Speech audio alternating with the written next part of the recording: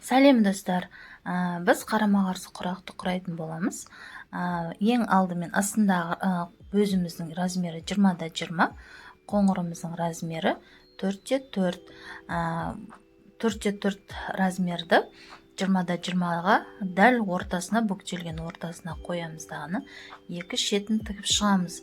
Одан кейін түгіне мән береміз. Түгі билеріміздің түгі бар, жоғары қарай қарайтын, сосын астына қарайтын. Сол түгі жатыңқы болып тұру керек. Астына қарап екі шетін тігіп аламыз. Одан кейін үстіне 3-3 размерлі лентамызды қоятын боламыз. Оның да лентасының түгіне қарайтын боламыз. Жатыңқы размері астында болу керек. Одан кейін айта кететін жай, лапканың бойымен тіккен дұрыс. Арғы шетіндегі матамыз шығып кетпес үшін бірдей қылып тіксеңіздер лапканың. Келесі құрақпен құрағанда екі құрағымыздың размері бірдей болып шығуы тиіс.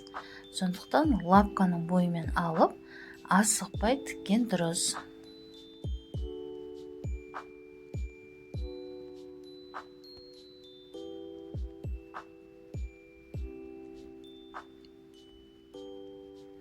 Міне түгі астына қараса, міне түгі көрініп тұр.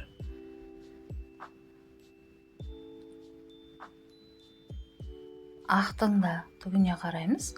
Бұжыр беті жоғары қарап, жатыңқы беті астына қарап тұрады. Сол кезде матамыз бір келкі әдем көрінетін болады.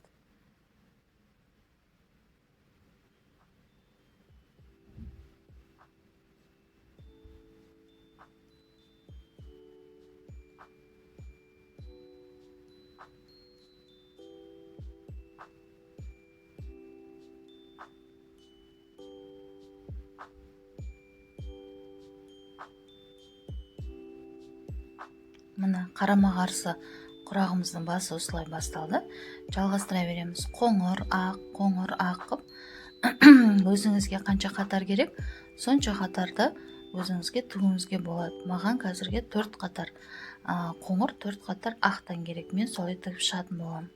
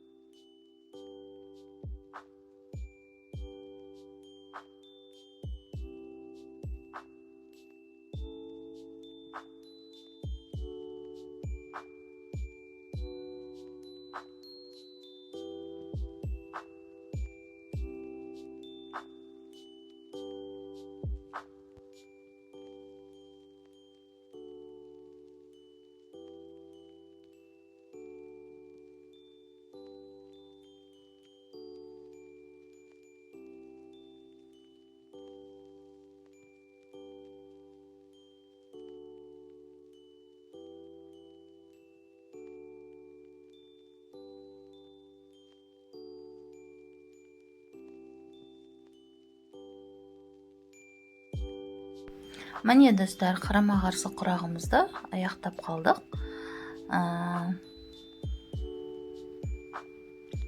Осылай лапканың бойымен осылай тігіп аламыз.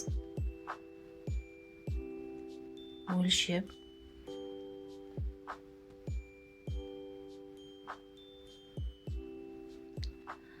ең шетін 0 сантиметрмен тігіп алатын боламыз.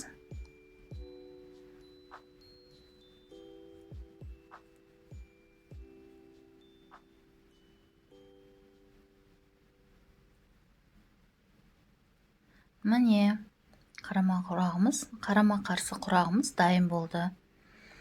Шет-шетін қырқып алып тастаймыз. Мінекей достар, менің қарама-қарсы құрағым дайын болды. Дәл осылай шығу үшін келесі құрақтарыңызда лапканың бойымен тіккен дұрыс. Келесі мысалы осында қарама-қарсы құрақтың бірнешесін тігетін болсаңыз, размерлері бірдей болып шығады.